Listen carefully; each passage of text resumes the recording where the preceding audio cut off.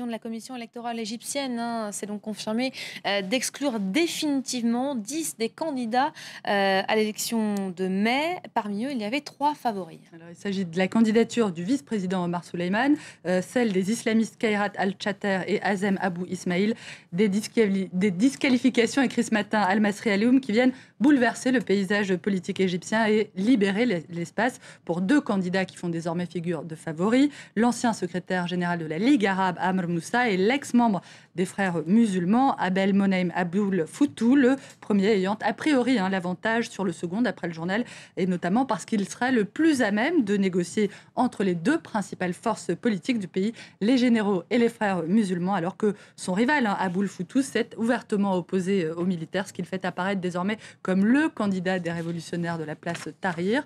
De son côté, le quotidien Al-Ahram revient en particulier sur la joie qu'a suscité au Caire l'annonce de l'invalidation de la candidature de l'ancien chef du renseignement Omar Souleyman, invalidation accueillie avec soulagement par les artisans de la révolution comme par les islamistes qui disent avoir perçu sa candidature comme un facteur d'aggravation de la confrontation politique en Égypte.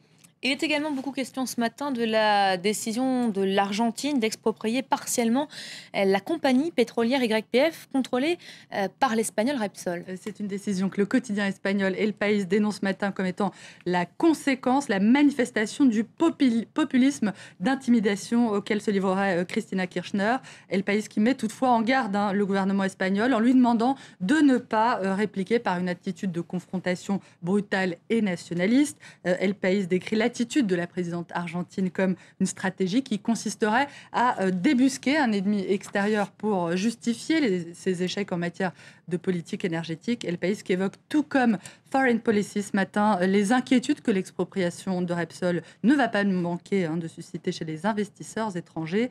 Le site parle également de la possibilité pour les agences de notation de reconsidérer le risque politique pour les investissements étrangers en Argentine. Foreign Policy qui explique enfin que ce qui vient de se produire risque également d'amener les géants Total et ExxonMobil à revoir leurs projets en Argentine.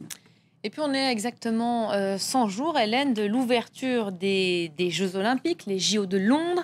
L'occasion de faire un point sur les préparatifs avec la presse britannique.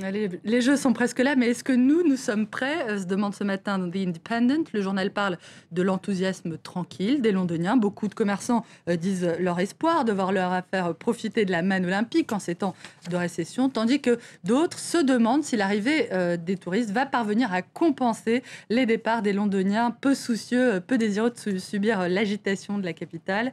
Et puis il y a aussi ceux qui attendent les Jeux de pied ferme, Elisabeth, non pas pour la passion du sport, mais pour manifester leur mécontentement, et notamment tous ceux qui s'offusquent de la place qu'ont pris certains sponsors dans l'organisation des Jeux Olympiques.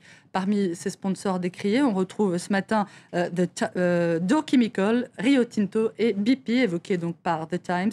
3 entreprises qui se retrouveraient dans la ligne de mire des associations à la fois des droits de l'homme et de défense de l'environnement.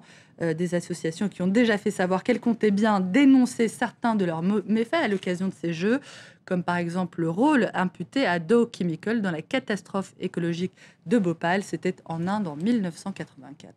Des manifestations au sujet desquelles, d'ailleurs, les autorités londoniennes ont mis leurs organisateurs en garde. Pas question de s'en prendre à la flamme olympique, a d'ores et déjà prévenu le président du comité d'organisation de ces Jeux, Lord Coe. Il a déclaré, rapporte The Guardian, que la protestation d'un seul ne devait pas détruire le rêve d'un autre. Une requête qui a en tout cas déjà été relayée par Scotland Yard, nous apprend le journal Scotland Yard, qui aurait déjà mis en garde plusieurs militants du mouvement Occupy London. Merci beaucoup Hélène, c'était la revue de presse internationale. Vous restez avec nous, on ouvre dans quelques instants une page d'économie. On va vous parler d'emploi.